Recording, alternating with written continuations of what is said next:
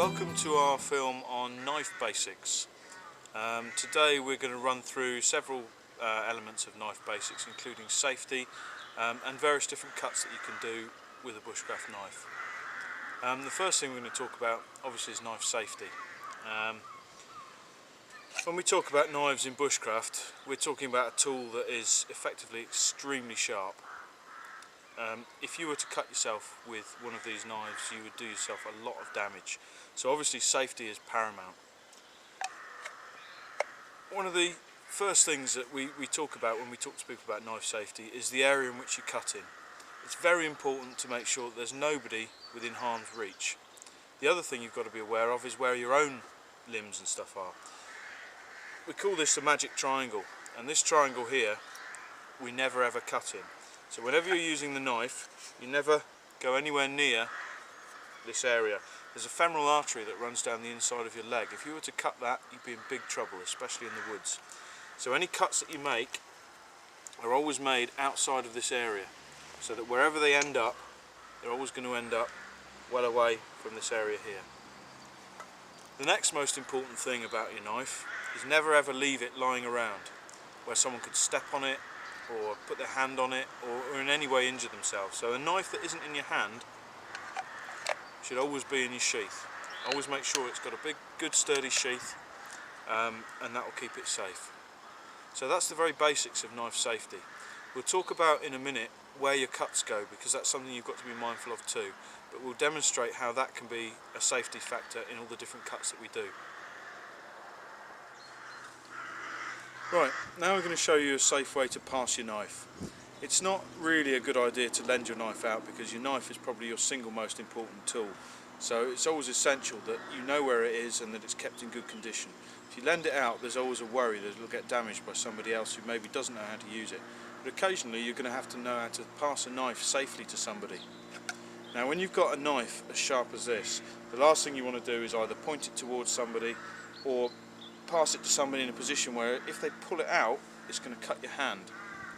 So the way we pass a knife in bushcraft is the way you'd hold it, and you just tip it towards the other person. Now one thing I make very special care of when I do this is that I put my finger, my lead finger, underneath the blade here, underneath the handle. So when the knife's pulled away, there's absolutely no way that I can cut myself. If you were to put your finger on the side of the handle, when the knife was pulled away, feasibly you could still have your finger cut. So be very aware of that when you pass a knife, and just tuck your finger just gently underneath the handle like that. And then there's no way that you can cut yourself when the knife is taken off you. So you never know how vigorously the other person's going to take the knife away. So always be careful of that. Okay, now we're going to show you a series of different cuts.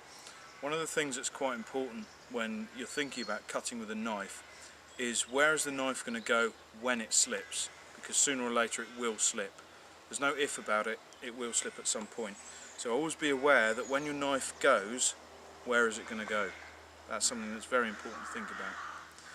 Now the cut we're going to show you now, we call a straight arm cut. And this is effectively a way of taking material off a stick to create a point or something like that. What most people would call general whittling. However, when most people do it, they actually move the arm with the knife in the hand. The problem with this is, first of all, it puts a lot of strain on your elbow when you're snapping your arm out, which can cause problems similar to tennis elbow if you do a lot of it. Secondly, what you're tending to do is scoop the cut when you do it, and that doesn't give you a very good cut ultimately.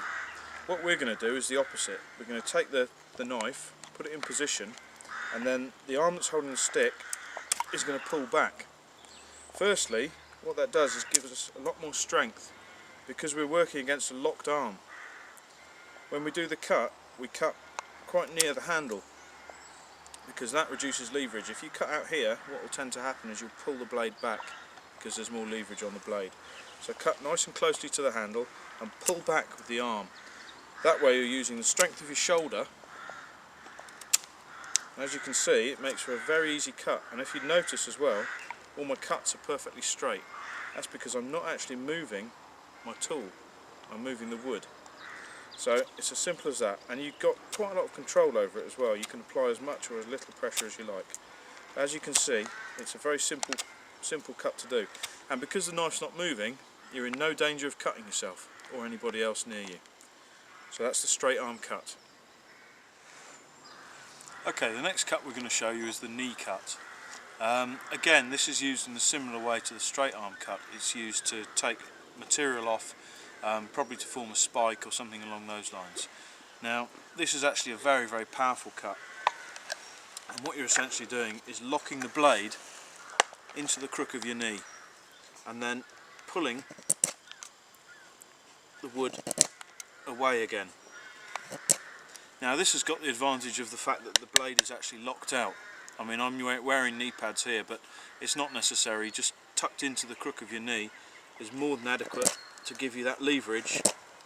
And again, it's your shoulder doing all the work. It's a very, very easy cut to get a very, very, very large amount of material off. As you can see, it's very, very powerful. And that's the knee cut. Again, the knife being static, you're in no danger of cutting yourself or anybody else. Okay, the third cut we're going to demonstrate is the lever cut. Now this is done using the strength of your back muscles, and again is a very powerful cut. For this cut, you turn the knife 180 degrees in your hand, so the blade is actually pointing towards the back. Hold it like you would a hammer, so your thumb is on the top, your fingers are gripped around the side, like so. And what you're essentially going to do is holding your elbows up, let the knife bite into the wood, again as close to the handle as you can, and then pull back your elbows with your back muscles. This again is a very powerful cut and a very safe cut, because again the knife can go nowhere.